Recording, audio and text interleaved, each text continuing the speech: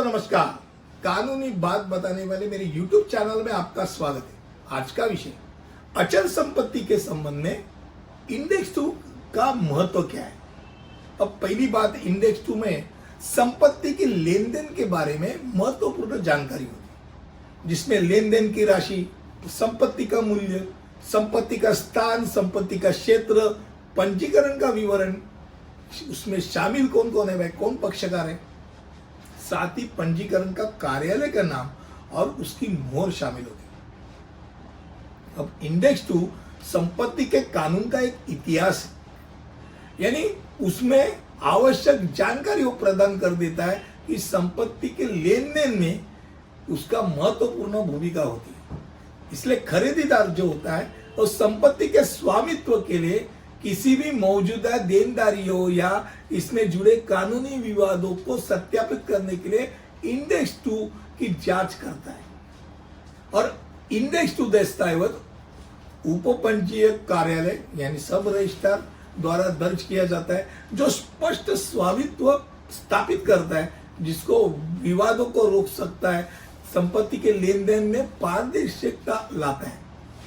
अभी इंडेक्स 2 जैसे मैंने बोला पंजीयक कार्यालय में यानी सब रजिस्ट्रार के द्वारा संपत्ति के संबंधित दस्तावेजों को बिक्री विलेख हो, किराए का अनुबंध हो, उपहार विलेख हो, रिलीज विलेख हो, अलग अलग विलेख में उसका सारांश रहने वाला वो दस्तावेज होता है।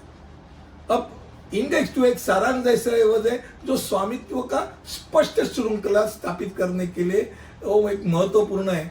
बहुत बार प्रशासकीय और कानूनी उद्देश्यों के लिए वो आवश्यक बनता है।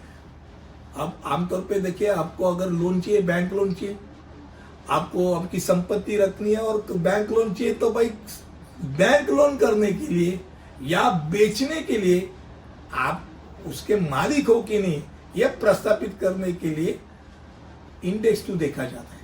यानी रियल एस्टेट क्षेत्र में अगर देखा जाए तो इंडेक्स 2 का महत्व बहुत बढ़िया होता है। एक तो रियल एस्टेट में वो जो रकम होती है वो कम ज़्यादा दिखाई जाती है, तो इंडेक्स 2 में वो एक्चुअल स्थिति में क्या वो दिखाई जाती है। इंडेक्स 2 की अगर बात करें तो इंडेक्स 2 में क्या क्या आता है। एक तो लेन देन की राशि आती है, भाई कितने में लिया, कितने में दिया। फिर संपत्ति का बाजार मूल्य आता है, संपत्ति का विवरण आता है, जिसमें संपत्ति का विस्तृत विवरण होता है, जिसमें उसका प्रकार यानी आवासीय है या वाणिज्यिक है ये आता है। फिर उसका पता आता है, सीमाएं आती है, कोई भी विशेष पहचान जो होती है वो आती है, लेन देन में स्पष्टता आती है। फिर संपत्ति का क्षेत्र आता है, कितना भाई कितना स्क्वायर कारपेट है, स्क्वायर मीटर या स्क्वायर फुट जो है वो पूरा आता है। फिर उसमें शामिल कौन कौन है वो सब पक्षकार के नाम आ जाते हैं, उनके सही दिखती है, यानी खरीदार हो, विक्रेता हो, गवाह है, सब उनमें आ जाते हैं। संपत्ति के संबंधित व्यक्तियों की पहचान स्थापित होती है। फिर पंजीकरण विवरण, इसमें पंजीकरण के तारीख आ जाती है, दस्तावेज की कितनी संख्या है वो आ जाती है और उसका रजिस्ट्रेशन नंबर आ जाता है। फिर पंजीकरण का कार्यालय का नाम आ जाता है और पुष्टिकरण मोहर आ जाती है, यानी उपपंजीकक कार्यालय सब रजिस्टर का खाली स्टैंप ही नहीं, उस मोहर ही नहीं, उसका साइन भी आता है, वो कौन है अधिकारी उसका नाम आता है।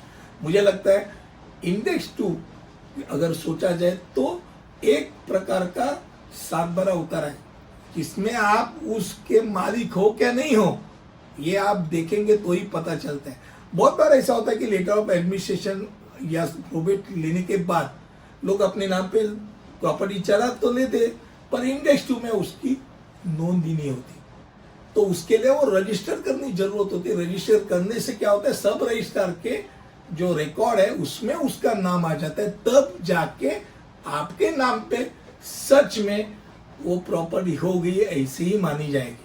मुझे लगता है कम शब्दों में आज अचल संपत्ति के संबंध में इंडेक्स 2 का क्या महत्व है इसके बारे में हम लोग ने जानकारी ली। अगले विषय में ऐसे ही कुछ अलग अलग विषय आपके सामने लेके आऊंगा, तब तक के लिए अनुमति दीजिए। धन्यवाद।